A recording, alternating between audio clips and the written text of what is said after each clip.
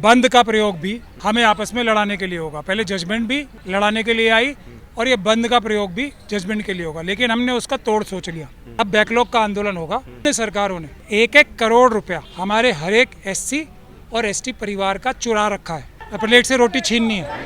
पहले तो lateral entry वाली सारी सीटें ले आओ और सबसे पहले वाल्मीकि समाज को, मूसाहार समाज को, धानुक समाज को, जो पीछे रह गए समाज हमारे, उनको दे दो। आप करने का नहीं, लड़ाने का सिर्फ।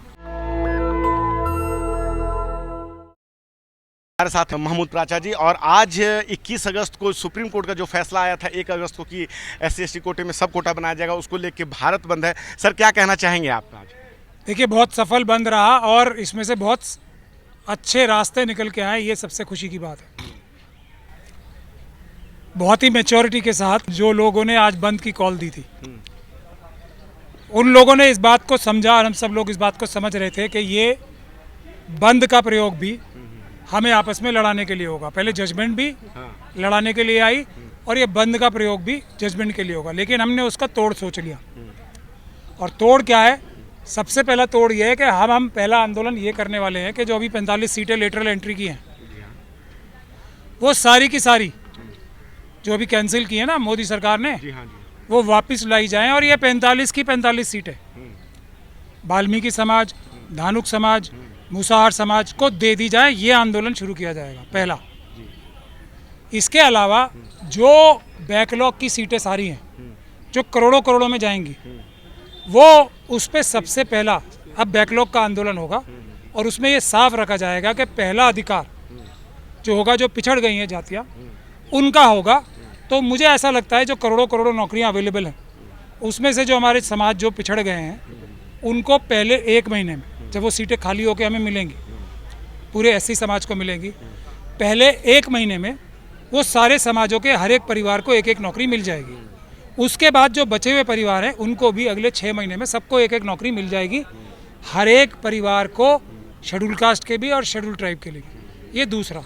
तीसरा, हमने ये रास्ता सोचा है कि हम SC ST सब प्लान का, जो विभिन्न सरकारों ने 1-1 करोड़ रुपया हमारे हर एक SC और ST परिवार का चुरा रखा है over the period of about 40 साल के समय में, वो 1-1 करोड़ सब परिवारों को दे दिया जाए। ये हमारी 3 मुख्य बुनियों पे लड़ाई होने जा रही है। इसके लिए आंदोलन अब शुरू होगा। इससे हमारे समाज में एकता आ जाएगी और मैं वहाँ भी SC ST सब प्लान के भी जो 1-1 करोड़ रुपए आएंगे, सबसे पहले जो वीकर सेक्शन बता रहे हैं समाज में रह गए, उनको मिलेगा, उसके बाद दूसरों को मिलेगा। तो मेरे ख्याल से सिर्फ 4-5 महीने का ही फ़र्क आएगा। 6 महीने में तो सारे समाज करोड़पति भी हो जाएंगे, हर एक परिवार समाज का, और हर एक परिवार में एक अच्छी नौकरी भी आ जाएगी।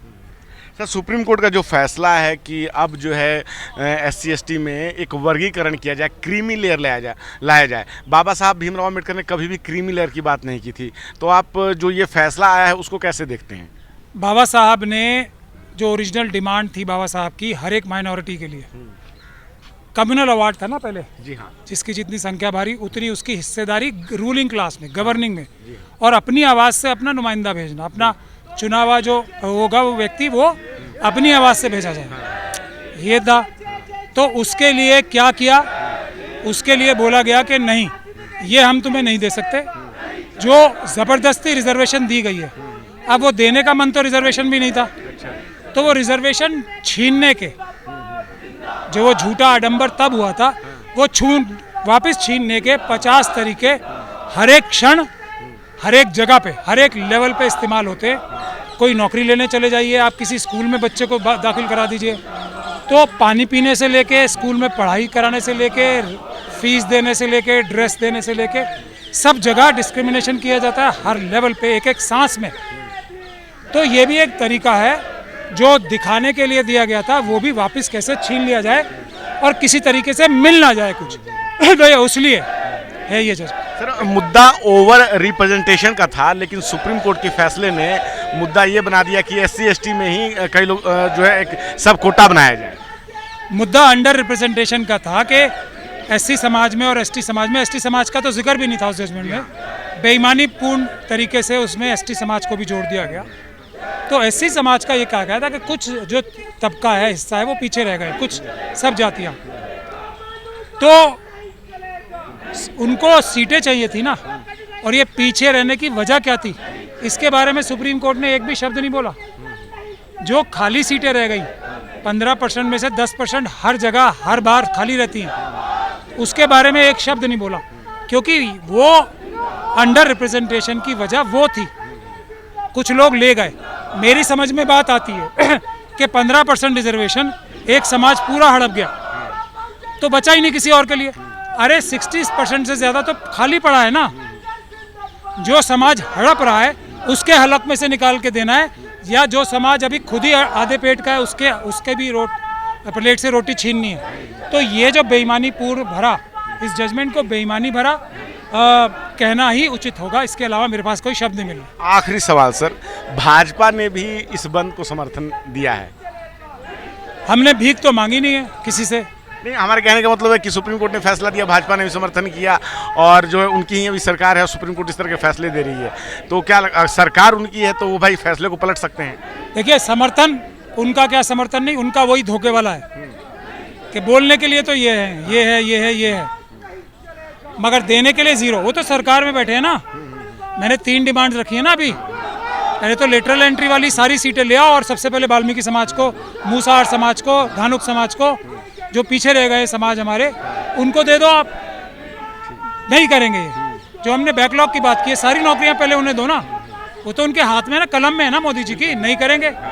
SC/ST सब प्लान का करोड़ रुपए हर एक परिवार का दे दो ना, सबसे पहले वाल्मीकि समाज को दे दो। करने का नहीं, लड़ाने का। सर आपने हमसे बात की, बहुत बहुत शुक्रिया। बहुत शुक्रिया।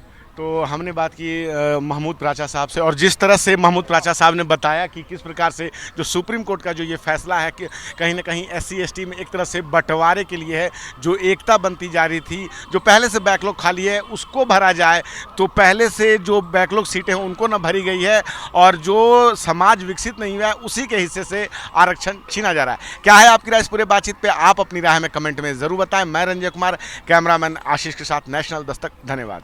नेशनल दस्तक की आपसे गुजारिश है कि अगर इसको बचाना चाहते हैं तो नेशनल दस्तक को सब्सक्राइब करने के लिए रेड कलर के सब्सक्राइब बटन को दबाएं, फिर बेल आइकन की घंटी दबाएं। नेशनल दस्तक को बचाने के लिए बहुत जरूरी है कि हर खबर को शेयर करें, लाइक करें, कमेंट जरूर करें।